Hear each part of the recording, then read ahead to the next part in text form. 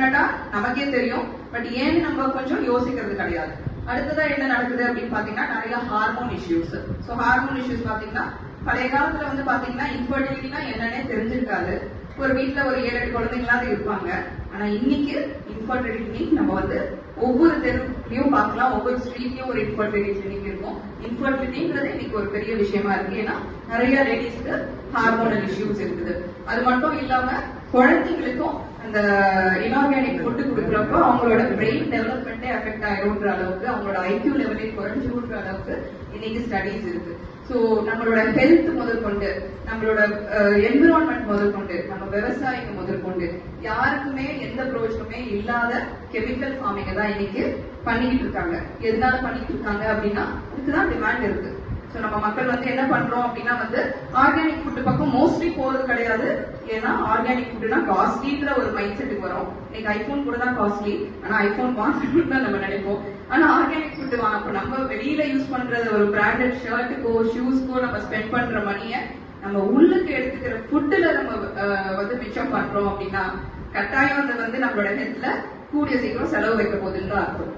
So இன்னைக்கு நம்ம organic food எடுத்துக்கணும்ன்றது வந்து நம்மளோட ஃபர்ஸ்ட் ரீசன் ஹெல்த்.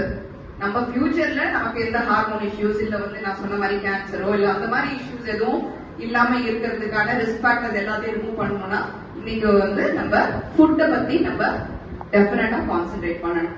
இன்னொரு முக்கியமான விஷயம் நான் ஏற்கனவே சொன்னேன், நம்மளோட சாயிலோட நிலவரம் ரொம்ப மோசமாயிட்டு இருக்கு. இன்னைக்கு வந்து சாயில் எக்ஸ்டிங்ஷன் சொல்றாங்க.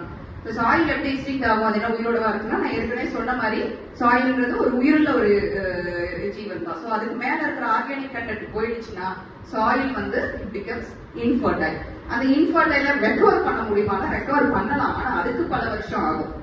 ஸோ எப்போ மாற்றம் வரும் அப்படின்னு பாத்தீங்கன்னா நம்ம சேஞ்ச் பண்ணோம்னா மட்டும்தான் மாற்றம் வரும். நம்ம ஃபுட்டை பத்தி நம்ம யோசிக்கணும்.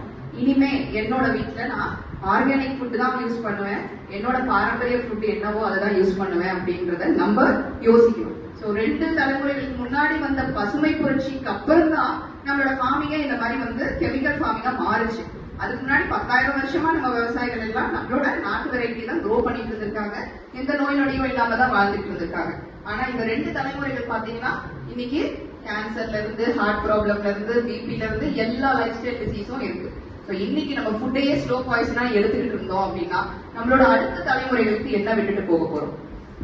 ஸோ நம்மளோட பாரம்பரிய அரிசிகளை பத்தி, நம்மளோட பாரம்பரிய நெல் ரகங்களை பத்தி இன்னைக்கு அப்கோர்ஸ் ஆர்கானிக் வெஜிடபிள்ஸ்ல இருந்து எல்லாமே வந்து அவங்க விரிவா பேசுவாங்கன்னு நினைக்கிறேன். ஸோ இன்னைக்கு வந்து நம்ம ஒரு முக்கியமான ஒரு விஷயமா என்ன பண்ணணும்னா நம்மளோட அடுத்த தலைமுறைகளுக்கு நம்மளோட பாரம்பரியத்தை நம்ம விட்டு செல்லணும்ன்றதுதான் முக்கியமான விஷயமா நம்ம நினைக்கணும்.